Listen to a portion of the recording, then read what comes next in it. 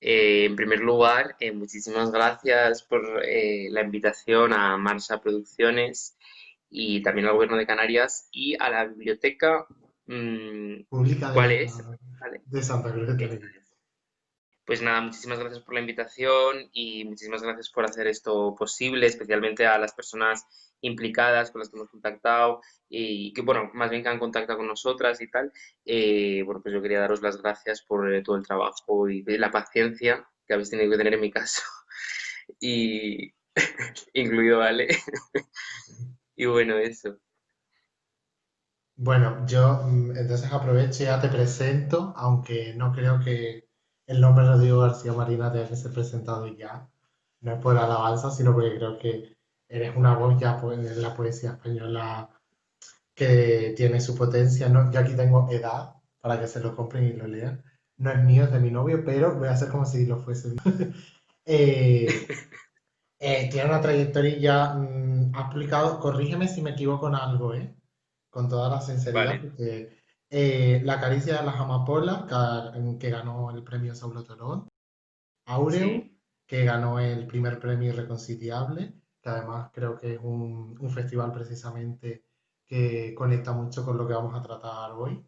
Edad, que es este libro que ganó el premio de poesía joven Tino Barrioso. Y bueno, yo voy a aprovechar la ocasión para invitarlas a todas en nombre de Rodrigo. Creo que se transmite online su intervención en el Festival de Otoño.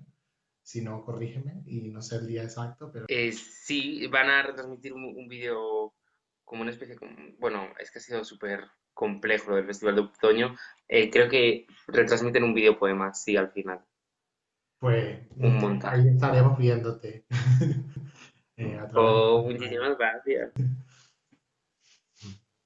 Bueno, pues Alejandro Pueblo Hernández nace en Tenerife en 1996, somos tocayas de año, y es una dramaturga no binaria y es investigadora en el CSIC, que es, bueno, pues uno de los centros de investigación principales de España, y actualmente es doctoranda en el CSIC. En 2016 recibió el accésit del Félix Francisco Casanova, que es quizá uno de los premios más, bueno, uno de los, sí, uno de los premios más importantes o más en boga, ¿no? Así, más conocidos. Y en 2019 consiguió el premio de Nuevas Escrituras Canarias por la obra de teatro ¿Y qué esperabas? Y nada, esa es ella, además de una persona muy divertida, amable. Gracias, gracias. Bueno, pero vamos a dejar y vamos a meternos al meollo y vamos a empezar por la pregunta que yo sé que tú quieres que nos peleemos por ella, precisamente en estos encuentros que van a ser durante todo el mes de noviembre en la biblioteca, Sí. sobre esas palabras al margen, ¿no? Y precisamente en la publicación que hacía Marsha Producciones preguntaba si seguíamos al margen, si nos íbamos a centrar o qué íbamos a hacer, ¿no? Entonces, mm, creo que podríamos empezar precisamente por eso, por hablar dónde está lo queer, antes de empezar por ahí, ¿no? ¿Tú cómo lo ves?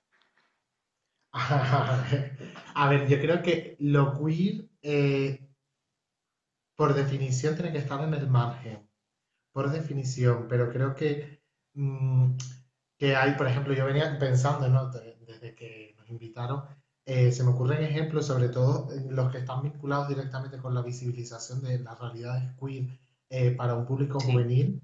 Me estaba acordando, por ejemplo, de Dados, de Padilla. Bueno, yo que vengo del teatro, voy a hacer muchas menciones teatrales, o La Edad de la Ira de Nando López, que de repente quieren ubicarse a lo mejor más en el centro y sin embargo creo que es una labor necesaria, ¿no? Porque ya me hubiese gustado a mí haber encontrado personas cercanas a mi experiencia cuando fui joven. Entonces creo que hay un punto ahí intermedio en el que no sé si deberíamos acercarnos al centro, pero intentando siempre que no nos normalicen, que eso es algo que yo creo que es el peligro, o nos neutralicen con el capital, que yo creo que es realmente lo que nos está sucediendo más ahora, no sé cómo. Sí. Pues mírate, bueno, se me generan algunas dudas, ¿no? La principal quizá es que, bueno, lo queer se sustentaba históricamente en los cuerpos LGTB. Tenía como una lógica, ¿no? Que sería que algo queer es algo conocido, pero no es exactamente LGTB tampoco. Porque claro, también todos aquellos cuerpos LGTB disfuncionales, no todos los cuerpos LGTB eran necesariamente queer. Mm, Había muchos que estaban regulados o más o menos regulados, ¿no? En las sociedades puritanas y demás. Y entonces yo lo que sí contemplo es que lo queer, como tú dices, por definición debe estar al margen precisamente porque es aquello que no acepta, no es definible, ¿no? No es concretable. Bien, y en ese contexto sí veo, bueno, pues que ha habido unos avances, no ha habido un devenir de las luchas LGTB y que, bueno, pues que creo que en nuestras vidas han mejorado porque se han normalizado algunos aspectos. En ese sentido, a veces normalizar o entrar dentro de, sí, dentro de la norma genera agencia en algunas personas, ¿no? Y eso no sé si está bien o está mal, pero bueno, ocurre. Entonces, mi pregunta es, ¿dónde queda lo queer a día de hoy, no? Y a mí se me asemeja más ese cuerpo contingente y desexualizado, más que a lo mejor en las personas LGTB en muchas partes de España, que no en todas, porque todavía hay mucha gente viviendo esa realidad, lo veo más en gente con diferencia funcional, diferencia cognitiva, en ancianos, es decir, son cuerpos absolutamente infantilizados, desexualizados, expulsados de la economía del sexo y que veo que las mismas lógicas que operaron sobre los cuerpos LGTB hace unos años, pues más o menos, no las mismas, pero más o menos operan sobre estos cuerpos. Me parece súper interesante. De hecho, bueno, una amiga participa ahora en el Centro Dramático Nacional en una propuesta que yo pude ir a un ensayo que hicieron porque era una residencia, precisamente de cuál es la relación de esos cuerpos que no tienen acceso, digamos, a lo que normalmente nosotros conseguimos como el sexo.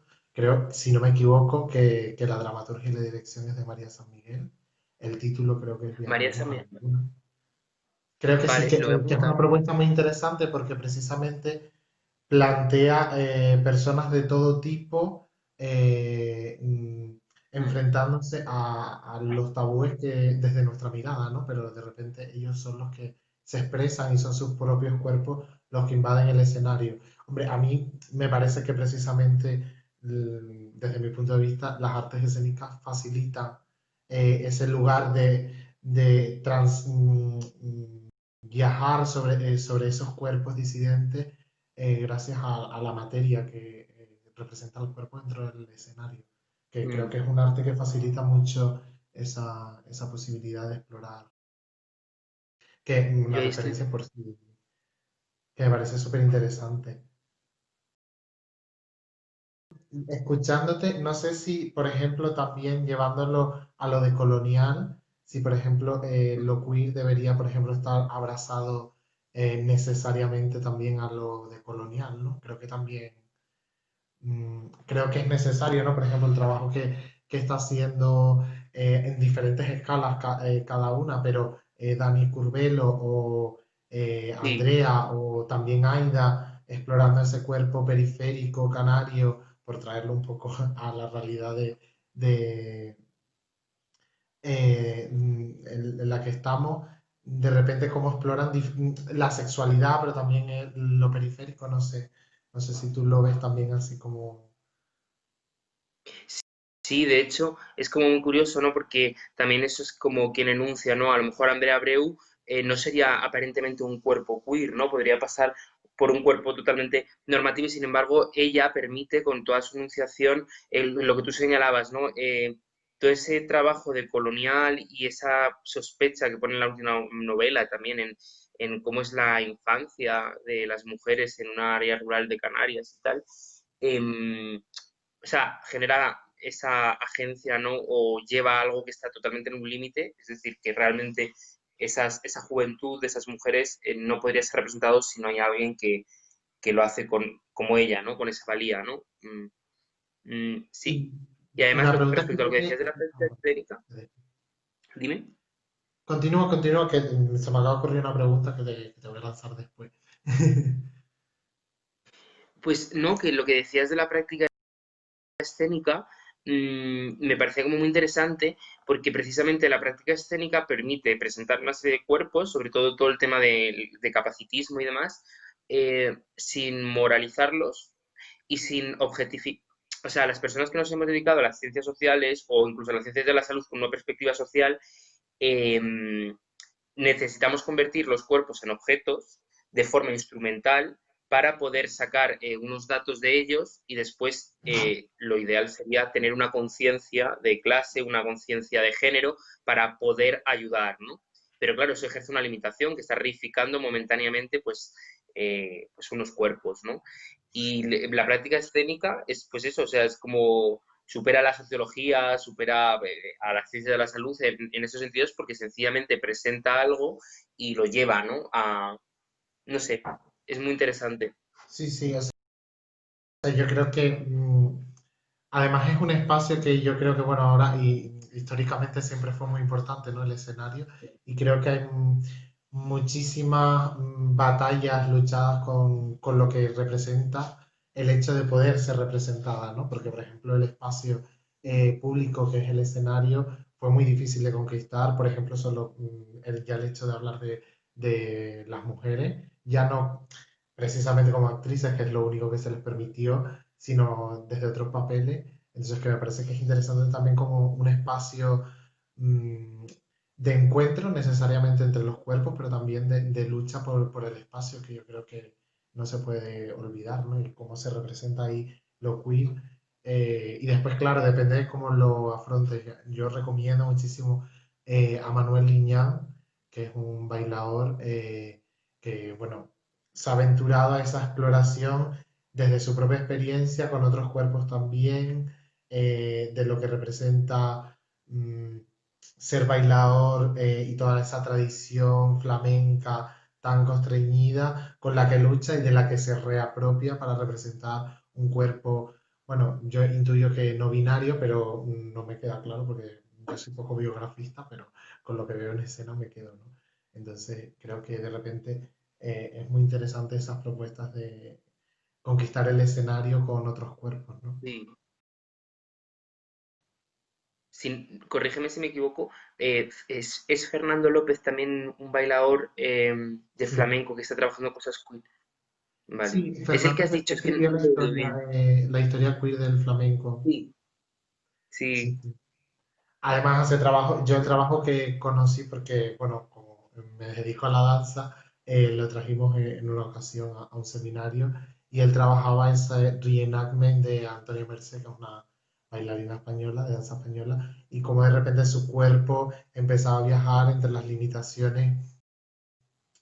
O sea, el cuerpo de él estaba intentando interpretar al de Antonia y cómo esa superposición de dos realidades totalmente diferentes creaban un choque, ¿no? Que de repente crash.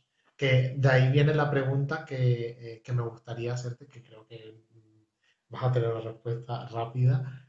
Entonces, lo queer está en la forma de enunciación. O sea, porque me pregunto si al final por ejemplo, yo creo que no quiero llamarlo vanguardia, pero está muy cercano a esas estéticas experimentales, lo queer, o sea, donde se suele experimentar es fuera, por ejemplo, del realismo, ¿no? Como que intenta buscar otros moldes que no estén dentro de la mirada heterocentrada y dentro de todo el peso histórico que representa, por ejemplo, el realismo. No sé si lo ves así, si no.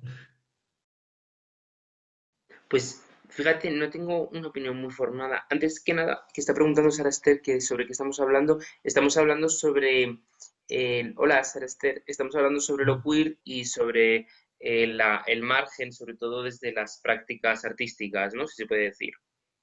Mm, pues si lo queer tiene que ver con el lugar de enunciación. Hombre, tiene que ver por varios motivos, ¿no? Eh, precisamente porque, y por ponerme un poquito pedante, me voy a poner un poquito pedante, en una ontología política del límite, eso implica, digamos, en la pregunta de qué es lo político y qué limita lo político, o al menos los estratos sociales que estructuran lo político, lo queer era aquello que no estaba, ¿no? Y esto también tiene que ver con la representación, porque representar, si nos vamos a la etimología de la palabra, tiene que ver o se relaciona, lo relaciona Jean-Luc Nancy con, además esa idea no es suya, ya estaba en Heidegger, por cierto, con que siempre que se presenta algo, siempre que se nos pone algo ante los ojos, esa presentación está unida a una ausencia, ¿no? Y esto tiene mucho que ver con, bueno, pues con los programas de televisión, con qué enunciamos, con si está la veneno, quién no está, etcétera. Es decir, incluso en las cosas LGTB de nuestro entretenimiento o de nuestra acción política, siempre cuando hay alguien, pues si está Edu Rubiño hablando en Más Madrid sobre nuestra realidad LGTB, hay otras personas que no están, ¿no? Entonces es importante siempre que la persona que enuncie sea deudora, ¿no? Que tenga muy claro que ocupa un lugar, que representa, que no puede plantear la totalidad y que vive en una ambivalencia, y esa ambivalencia es la de que precisamente porque está, falta algo, ¿no? Y que falta algo que podría ser mejor, quizá. Eso no lo podremos saber. Mm, entonces, claro, sí, lo queer tiene que ver con la enunciación porque históricamente es porque no nos dejaban enunciar, ¿no? No nos dejaban enunciarnos sexualmente, no nos dejaban construir unas vidas, no nos dejaban construir esa mesa queer que llama Sara Ahmed, desorientación queer, ¿no? ¿Quién sentamos a nuestra mesa si no tenemos niños y no nos casamos, si no tenemos una vida de economía heterosexual y no hay una domesticidad, si hemos sido marginalizados, perseguidos, y cuando no marginalizados o perseguidos ha habido una violencia, vamos a entrecomillarla, blanda, una violencia de regularización y normatividad, ¿no? Que para mí no es blanda, ¿no? Podemos ver como el auge de las chemsex, ¿no? Y sin moralizarlo, porque no quiero moralizarlo, pero podríamos preguntarnos por qué nuestra psicoafectividad empieza un viernes por la noche y termina un domingo, ¿no? Con drogas disociativas, bueno, pues para muchos núcleos de población gay, eso, ¿por qué? ¿No?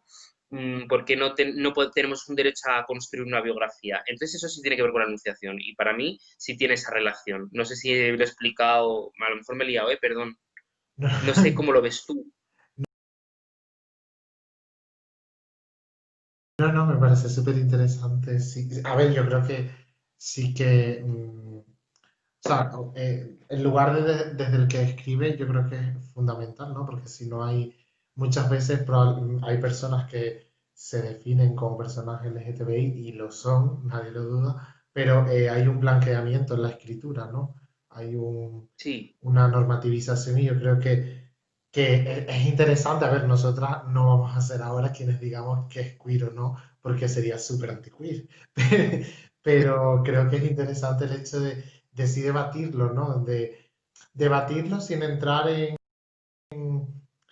A ver, porque a mí, por ejemplo, cuando escribo, a veces me pasa que digo hasta qué punto yo misma me coarto precisamente por esa cosa de quiero escribir desde la honestidad, pero no quiero ofender, no quiero invisibilizar, ¿no? Entonces, claro, creo que hay un punto intermedio que es difícil encontrar, pero que es necesario, ¿no? Tenemos que ser críticas con en qué lugar se enuncia y por qué. A mí, por ejemplo, lo decías, ¿no? Lo que consumimos ahora, la veneno, no he terminado de verla, pero al principio me crea, si no rechazo, no, porque no creo que sea la palabra rechazo, sí un poco de prudencia, ¿no? De, bueno, al ujú, final de repente hay como una intención de producir mucho y de comercializar con ciertas figuras LGTBI, en este caso trans, mm, eh, que a mí me hacen sospechar, ¿no? Que lo entiendo y que por las críticas ha sido un resultado muy interesante, pero que creo que hay que tener cuidado, ¿no? Por eso decía si al final lo queer tiene que ver con el molde, con el cómo se hace, ¿no? Por ejemplo, a mí me sí, llama mucho la atención lo que hace Dani Curvelo, porque al trabajar con la performance, eh, trabajar con materiales que se caducan, por ejemplo, su trabajo final de grado fue un periódico, con el fanzine, de repente el propio molde, el propio lugar se convierte en un espacio de escritura efímera y que me parece que en última instancia también queer, ¿no? No sé si, bueno, tú seguro que mm, conoces muchísimo más porque la poesía ¿qué actual va? va muchísimo por ahí, ¿no? Tía, ¿tú qué opinas respecto a esto? Porque has dicho, claro, no nos podemos decir que decir que es lo queer es lo más antiqueer tienes toda la razón. Pero ¿qué opinas con esas capitalizaciones de las luchas sociales, esos artistas, no sé, estoy pensando en Madrid, en Cachorro Lozano, ¿no? Que dicen que realmente es más bien, igual que en literatura, que existe la literatura de género, que yo puedo escribir ciencia ficción o de género me refiero de género Mm. literario, no de género, en fin, de género de binarismos ni tal. Em, Claro, o sea, estas personas que emplean estas etiquetas y generan como, digamos, como unos submercados, ¿no? Que funcionan y demás, pero que después despolitizan todos los, a mi juicio, despolitizan todos los elementos. A lo mejor es muy político tener una camiseta que pone me encanta comerte la polla y a besos, pero no tengo muy claro si eso es exactamente queer, ¿no? Más si los modelos que lo representan son modelos profundamente normativos, si los modelos que buscas para hacer tus fotografías y lo pones por Grindr tienen que estar, ser sexys, ¿no? Habría que definir que es ser sexy o buscar modelos árabes. O sea, me genera, vamos a decir, cierta contradicción. No lo tengo muy claro, ¿no? Entonces quería un poco saber cómo lo ves tú, todo esto, si hay una capitalización, si Yo, no. por ejemplo, partiendo por bajar un poco a ejemplos concretos, ¿no? Por ejemplo, el caso de Cachorro Lozano, mm, primero yo me preguntaría dónde está la calidad artística, ¿no? Porque que también es algo súper subjetivo, ¿no? Pero de repente hay muchísimos productos que hacen un vaciado en un intento como de reivindicación, ¿no? Es como una contradicción y una paradoja. Yo a mí ese tipo de productos ni los, no me gusta la palabra, pero ni los consumo ni los comparto, ¿no? Por ejemplo, o sea, no lo hago en mis redes no aparecería. Entonces, yo como son cosas que tengo claras que me parecen que no están dentro de lo queer y que, bueno, alguna me puede interesar, de repente es como, bueno, pues si ellos hacen un vaciado, yo hago otro. y no, y no, no les presto atención, ¿no? Yo, o sea, a mí yo creo que lo queer tiene que ver siempre con una postura política mínimo, ¿no? O sea, que de repente la escritura sea un lugar de ubicarse. No sé si para ir bajando podríamos hablar, por ejemplo, de referentes, de, o sea, de cosas ya más concretas, de, bueno, si quieres de tu Vale, escritura, o para que la gente diga, bueno, ¿de dónde está la literatura? ¿Dónde está? claro.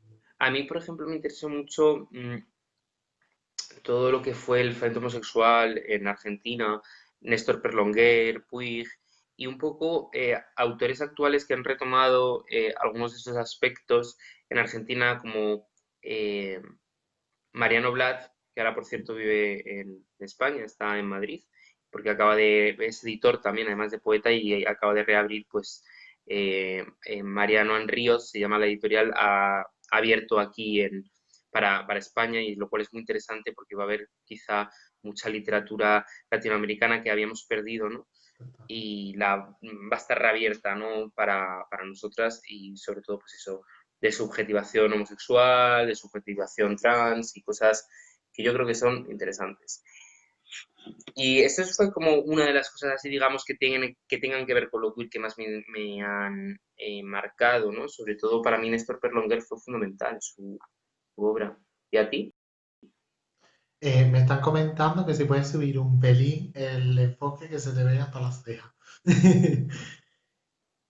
Que subas Es un que no sé poquito. cómo es lo del, no Tienes sé que cómo es lo mover del el enfoque. móvil, creo, para que se te vea un poquito Vale. mejor.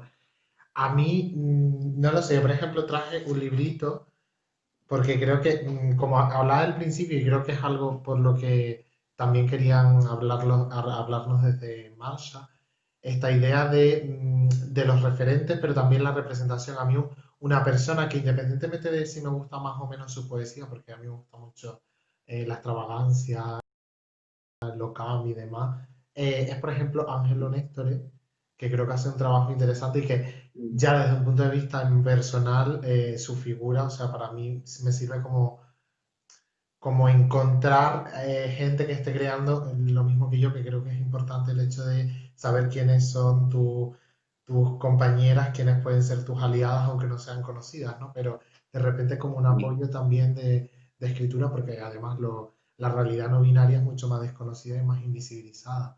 Entonces, me parecía, bueno, lo quería en- decir porque la gente lo lea y que me parece un poeta interesante en ese sentido, ¿no? Como lo que a mí de repente me puede decir una persona que me llame no. En cuanto a referentes, que me toquen más, es que se me ocurre muchísima gente, no sé, o sea, de repente un Lemebel, que yo qué sé, así me quedo en blanco, total. O sea, porque cuando de repente te enfrentas a intentar decir, ¿no? algo en concreto, se me difumina, ¿no? Porque al final siempre hay un montón de gente que estás leyendo todo el rato. Un caso que me pareció muy curioso últimamente que he estado leyendo es el caso de Victorina Durán, no sé si lo ¿De conoce. perdón? ¿Me De escuchaba? Victorina Durán, que era una pintora y escenógrafa, No, no que la conozco. se han recuperado sus textos y, por ejemplo, en sus biografías, que me parece un ejemplo interesante para hablar precisamente de lo que estábamos hablando, de esa enunciación Ujú, de ese lugar y de esa propia conquista, yo creo que a veces luchamos también en nuestros textos, ¿no? Y ella cuando se fue al sí. exilio, eh, de repente su biografía, que no era una biografía, sino que era una novela hasta ese momento, empezó a tachar todos Ujú, los pronombres en tercera persona y comenzó a ponerlos en primera persona, ¿no? Y de repente ese testimonio, que era una novela lésbica, se convirtió en un espacio de reivindicación de sí misma y son sus autobiografías, ¿no? Ya publicadas. O sea, como de repente también esa transformación de cómo nos vamos enfrentando a, lo- a los textos, cómo vamos escribiendo, ¿no? No sé si a ti te pasa eso, yo es que soy muy torturadora, me autotorturo escribiendo, entonces por eso. Yo no mucho. Yo no mucho te torturo mucho. Mm, no, te torturo más leyendo, creo. Me gusta mucho lo que la mención de Ángelo. Supongo que además es a nivel del no binario la exploración en Adán o nada, a mí me parece buenísima, ¿no? Y además porque el mismo Ángelo lo performa. A mí la verdad, Tienes claro, aquí un joder, montón de libros en ese lo sentido. performa y cuando lo performa es brutal. Y después en actos impuros igual el deseo queer de ser madre, ¿no? Pues siendo Ángelo, es como muy curioso y muy, muy, muy, muy, muy interesante. Me parece súper potente. Y el último libro también tenía bastante contenido queer. No, no me recuerdo el nombre, es el que está publicado que ganó un premio. Está Hágase publicado. mi voluntad, creo que es el título. Eso es, sí. Que además siempre pilla unos titulazos buenísimos. O sea, me parece increíble. Adán o nada porque le das la vuelta. Ostras, o sea, es que es muy bueno. Y hace mi voluntad igual. Que eso es algo que me pareció. O sea, de repente poniéndome a pensar, ¿no? Por ejemplo, tengo aquí a Roberta Marrero, tengo el último de Sí. Daniel María, tengo el último de Aida, Pueblo y yo también. Ujú, Y de repente, pensando en todas esas lecturas, ¿no? Dije, desde un punto de vista estrictamente literario, son textos que buscan romper todo el rato, son collage, conviven con, en el caso, por ejemplo, de Roberta, obviamente su faceta como artista plástica, conviven a lo mejor, pues eso, la poesía y el teatro, en el caso de Angelo, o sea que de repente digo, que íntimamente ligado está el arte queer, bueno, no sé si me gusta la categoría, pero bueno, el arte queer con, no solo con los moldes de la teatralidad, sino con esa ruptura del texto, ¿no? Que se rompe, que se hace inmenso, ¿no? Que me parece interesante. No sé, están lanzando preguntas, creo que podría ser interesante leerlas. Veo aquí a Charlie preguntando. Eh, te la, te la, te la realizo, ¿vale? ¿Qué autoras les Vale. han inspirado para escribir las obras de ustedes y qué las ha inspirado de ello? Bueno, de ella. Y, pues para escribir mis obras, o sea, me refiero, están atravesadas, ¿no? Pero por supuesto un montón de poetas sería como pensamos en conjunto. Justo ahora acabo de ganar un premio y se hizo público ayer y va a salir un libro que se llama El libro de los arquitectos y pregunta a una persona que tendrá que ver la arquitectura, ¿no? con la poesía y realmente la idea era precisamente por las posibilidades de construcción, ¿no? ¿Quién diseña? O sea, porque ese sí era un libro con bastante más perspectiva queer que los previos que había escrito o con una intencionalidad más queer. Y bueno, sobre quién, autores, autoras que, o sea, que escribes expresamente, por ejemplo, a mí me gusta mucho en España una poeta o que me alimento mucho de ella es Lola Nieto, que aparentemente, bueno, pues no sería queer, ¿no? Me refiero, no escribe poesía lésbica, digamos, en cuanto a lo que es adentro. Para mí sí lo es, formalmente es queer, ¿no? Porque está haciendo replantearnos qué lugar ocupa el lenguaje, ¿no? Si entendemos que lo queer tiene mucho que ver con aspectos de replantearse el lenguaje, ¿no? Y aunque aparentemente no lo haga a través de aspectos sexogenéricos, eh, pues bueno, pues si somos un poquito, si hacemos una lectura un poquito más profunda, nos damos cuenta que esa es una reflexión que puede venir después de haber leído algo así, ¿no?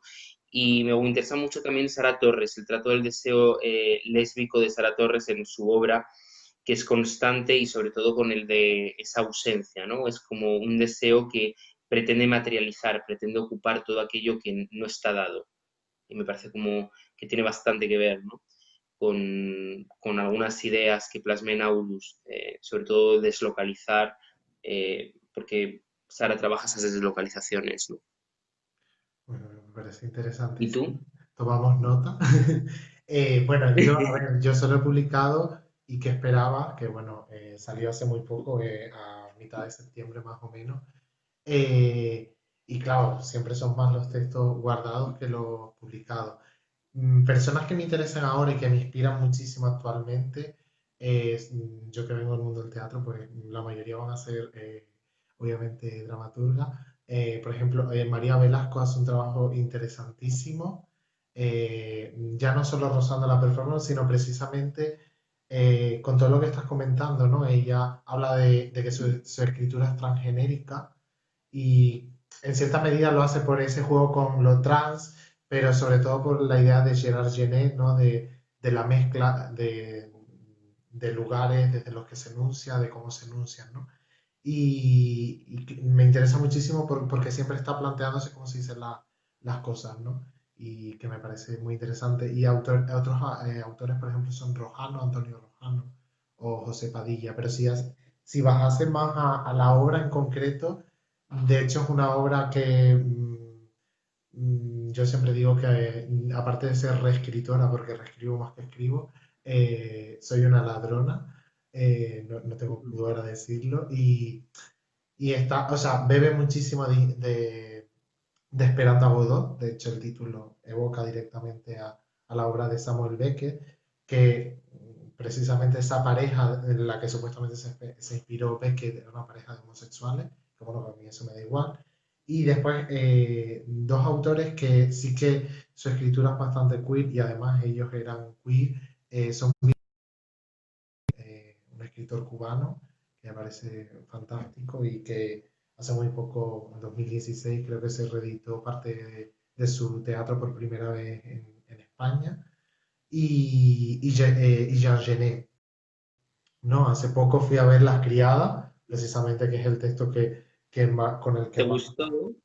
me gustó mucho. O sea, creo Es que que he recibido como lecturas del montaje como contrapuestas, gente que le ha encantado, gente que le horrorizó y en plan era como Dios y no pude ir a verla al final. creo que está hasta el domingo, pero que de repente viendo esa obra, y además la vi hace muy poco, eh, dije, vale, es verdad que hay cierto deseo lésbico entre las hermanas que se convierten en asesinas, pero la estructura es precisamente muy queer. O sea, no solo por la teatralidad, sino como de repente una interpreta a otro personaje y quieren hacer una revolución de las criadas. O sea, la obra no tenía necesidad de explorar, como estabas comentando, Sí, la diversidad. no, o sea, Dime. No, que la obra me parece increíble. Lo único que te preguntaba por la versión, entiendo que es la que está ahora en Madrid, ¿no? Que Sí, sí, si. de Luis Luque, sí. Y bueno, Sí, que la me de. pareció un texto interesante. De hecho, no entiendo por qué nadie en España la ha dado por, bueno, lanzo aquí por si hay algún editor en la sala, en la sala virtual, por reeditar la autobiografía, ¿no? La Virgen de, ¿cómo se llama la biografía de Genet? La Virgen Santa María de las Flores, creo que es una biografía donde precisamente él habla de todas sus experiencias en el lumpen y que es un texto Sí. muy complicado de conseguir. Cuando quieran, bueno, Marsha está invitando a preguntar, nosotros también invitamos a que nos pregunte, porque creo que sería interesante también dialogar con el más allá, al que no le ponemos cara. Pero me parece Hacer que una Ouija. Jean Genet me parece precisamente un autor súper interesante que me parece poco reeditado, ¿no? Para la figura tan colosal que es. Sí, sí, es verdad. Además, creo que no muy presente dentro de que siempre sacamos a colación a Lorca, ¿no? Un poco hasta la extenuación, como en la literatura LGTB y demás, que está muy bien, no digo yo que. Pero sí, o sea, a mí, por ejemplo, Jeanette me parece mucho más brillante, incluso harto, no sé. Mm. Em, y hablando un poco así de teatro y demás, recuerdo, fue hace 2 años que vi un montaje, una dirección de Marta Pazos de Noche de una perdón, Sueño de una noche de verano, que es una obra de Shakespeare, y hizo una versión mega, mega, mega, mega queer, divertidísima, divertidísima. Además fue en el Valle Inclán y me recuerdo a las señoras y a los señores levantándose y yéndose. Y fue aquello, bueno, espectacular.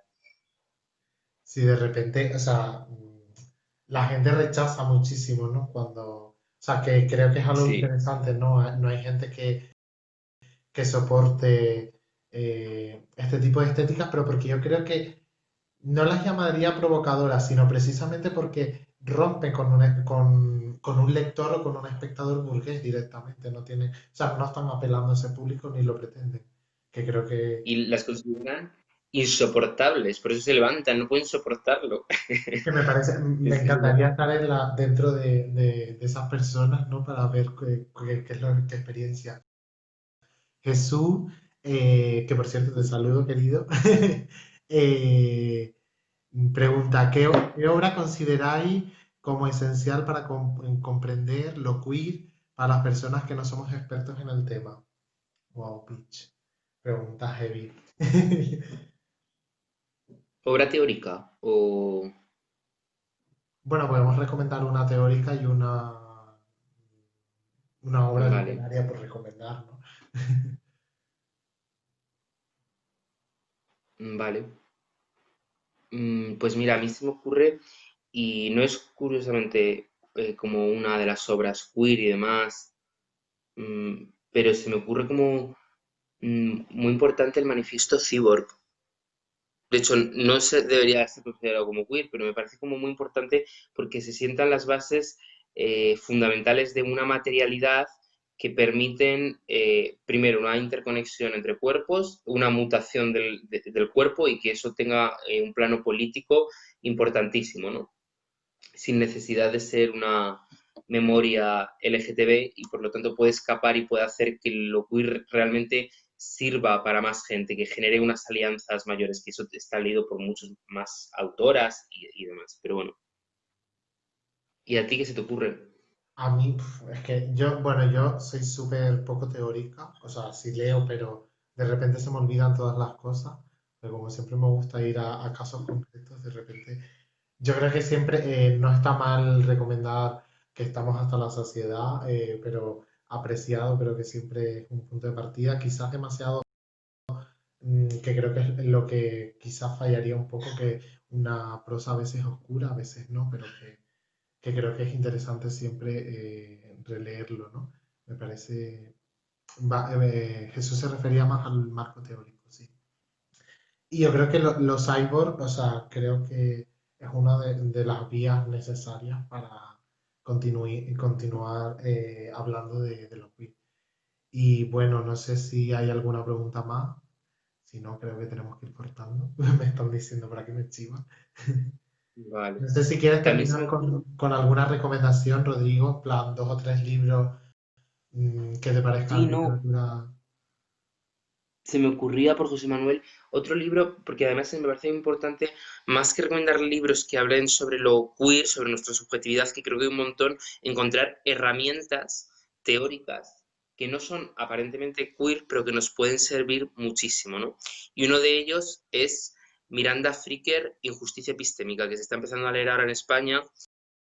Es algo que se está trabajando fuera, bastante fuera de España, y aquí no se trabajaba mucho, y habla un poco sobre cómo el saber y la cognición, pero no el saber solo como la producción científica, sino como distintas producciones de cómo se conocen las cosas y quién dice que las cosas se conocen y qué es el conocimiento, está marcado por una injusticia que es ética, ¿no? Y que es de una eticidad y que tiene que ver con tu grupo social, con, bueno, con tu genealogía, quién eres, etcétera. Genial, me parece maravilloso. Yo me gustaría Ahora te toca. recomendar a un autor que creo que es muy poco leído y que es bastante rompedor en su propuesta poética, que es César Moro, que me parece un poeta excelente y que creo que transmite muy bien este camino, ¿no? Entre el deseo, la sociabilización tan dura de los cuerpos queer y creo que, bueno, dejo esa recomendación por si alguien la quiere tomar. Súper Y creo bien. que con esto nos tenemos que despedir porque era un diálogo cortito, no era un diálogo platónico. Y eso. Pues nada, muchísimas gracias a todas y a todos y a todes. Sí, muchas gracias por estar ahí y muchísimas gracias a ti, Rodrigo. Espero que la Vale, continuación sea con un café en algún lugar. pues si cuando quieras, que además creo que estamos en la misma ciudad, Sí, sí, estamos en la misma ciudad. pues Confirmo. nada, ese café nos lo tomamos. Vale. Pues bueno, un besito para todos y muchísimas gracias a la Biblioteca Pública del Estado de Santa Cruz de Tenerife por contar con nosotras y a Marcha Producciones por abrir este espacio al diálogo y a otras realidades que ya creo que es la segunda actividad, ¿no? El segundo embarque tan fructífero que están creando todos los miércoles a las 7 en hora canaria, porque nosotros estamos en la península. Continuarán los diálogos que creo que son muy fructíferos y con personas muy interesantes. Así que bueno, muchas gracias. Muchísimas gracias.